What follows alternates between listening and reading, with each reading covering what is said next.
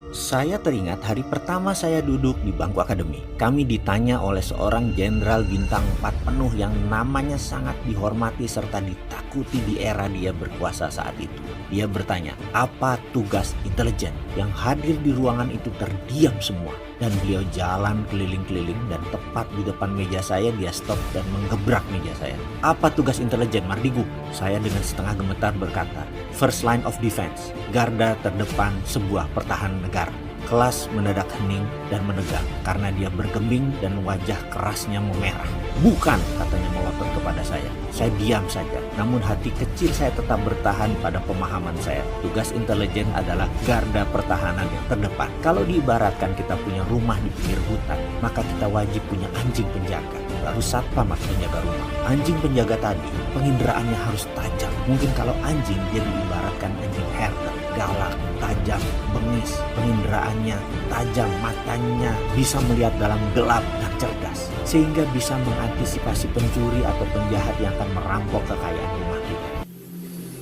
Namun sayang, sejak zaman reformasi, intelijen tugasnya hanya spy saja, seperti wartawan, bukan seperti anjing herder lagi. Ada sih anjing penjaga di Indonesia ini, namun hanya anjing pudel. Penjahat pun akan komen, ini anjing apa kucing? Itulah dunia intelijen saat ini yang digembosi oleh Amerika dan IMF. Salah satunya yaitu kita tidak punya undang-undang keamanan nasional yang jauh lebih penting dari RUU KPK kemarin. Kemudian terdengar lagi suara, apa tugas intelijen? Demikian meja digebrak lagi oleh sang jenderal dan semua diam tegang. Karena kami pada diam, dia mulai dengan pidato singkat padat, tapi kami paham. Oh iya juga ya, kami terutama saya yang masih junior kala itu jadi ngeh dan paham. Itu toh tugas intelijen. Dan kalau kembali ke masa sekarang, pantas aja jadi begini negara ini karena unsur itu hilang dalam sendi bernegara. Oke, saya paham. Untung banyak orang yang tidak tahu dan tidak mau tahu apa yang dikatakan Jenderal Bintang 4 tersebut. Maka saya jadi gak ungkap deh. Kecuali ada yang mau, saya baru mau ungkapkan. Anda pengagum LB Murdani banget ya? Bukan banget sekali karena beliau adalah orang yang pertama kali jadi Percaya kepada Pak Sui? betul. Jadi dia di hari pertama saya berada di Indonesia, dia adalah orang yang pertama kali menyambut saya tahun 91. Waktu Anda baru pulang dari San Francisco? dari San Francisco. Anda pendidikan Anda kan bukan bidang bisnis kan? Bukan. Applied psychology. Psikologi. Gitu. Jadi banyak orang nih, Mas Wu ini apa sih sebenarnya? Pengusaha, ahli micro apa istilahnya? Micro expression. Micro expression, bisa hipnoterapi. Ya, karena kemudian S2-nya kan memang criminal mind and forensic investigator. Jadi kemudian kita ngambil ada short course untuk disertasi saya adalah state sponsor terrorism. Jadi disitulah saya mengenal tentang dunia terorisme 4.0 di mana disponsori oleh negara gitu ya. Kalau terorisme 1.0 adalah misalnya kayak kartel Medellin, Pablo Escobar dia menekan langsung gitu. Kalau 2.0 sudah kayak ISIS dan lain sebagainya, 3.0 udah pakai teknologi, dan 4.0 negara. Jadi state sponsor terrorism. Jadi kayak negara-negara Libya itu dikonsider sebagai state sponsor terrorism gitu. Oh gitu ya. Jadi itu yang dipelajari Mas Sui. Itu yang dipelajari karena itu waktu pulang Pak LB beliau Murdani menyatakan bahwa ini orang cukup berbahaya karena waktu dulu Indonesia cuma 2 orang yang melakukan state sponsor terorisme, Pak Harto dan Pak Murdani.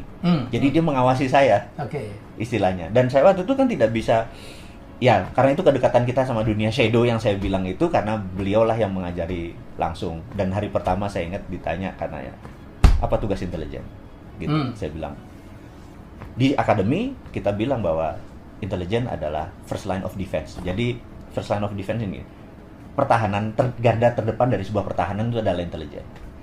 Nah, first line karena itu intelijennya itu harus mengendusnya tajam. Kita bukan intelijen, ada 6 fungsi intelijen, salah satunya spy, salah satunya mata-mata. Jadi kita bedain gitu ya. Kemudian saya bilang first line of defense, di mana garda terdepan sebuah pertahanan adalah intelijen. Jadi intelijen itu ibaratnya anjing tuh herder, buas, tajam, bengis. Bahkan sebelum bergerak pun, karena dunia pertahanan adalah eradicate threat. Ini harus dicatat nih, ini sebagai pelajaran aja bahwa tugas pertahanan, tugas militer adalah eradicate threat, meniadakan ancaman. Tugas polisi adalah mempidanakan ancaman. Jadi kalau perlu belum ada ancaman sudah hilang. Itu di intelijen. Itu di intelijen, gitu ya, belum ada ancaman. Jadi ini cenderung antara cenderung ada threat atau ancaman sudah dihilangkan dulu. Karena itu kesannya melanggar HAM, kesannya. Nah, Barat untuk membuat kita tidak canggih dianggap hak asasi manusia itu tinggi. Padahal pertanyaan sederhana nih, saya tanya sahabat semua nih, saya tanya ke Mas Helmi, saya tanya, tinggian mana human right sama nation right? Nation right sih. Selesai. The end of discussion. Dan itulah Pak Murdani pesan ke saya, nation right lebih tinggi, yang membuat ini Indonesia ini intact, Indonesia ini utuh, Indonesia ini ke depan menjadi bertahan 1000 tahun karena nation right di atas human right, gitu. Nah, sekarang human right memang lagi didengung-dengungkan, kita harus meet halfway, bener nggak? Ini harus turun, ini harus naik, gitu loh. Nah, inilah kita pentingnya mengedukasi, karena itu saya punya master knowledge agak berbeda nih. Itu saya terus deliver karena jadi, itu Mas Wowi itu memang tahunya terlalu banyak gitu ya. Dia ngerti terorisme. Makanya sebelum-sebelumnya dia lebih dikenal di TV itu kan kalau ada terorisme gitu dipanggil gitu ya untuk minta pendapat.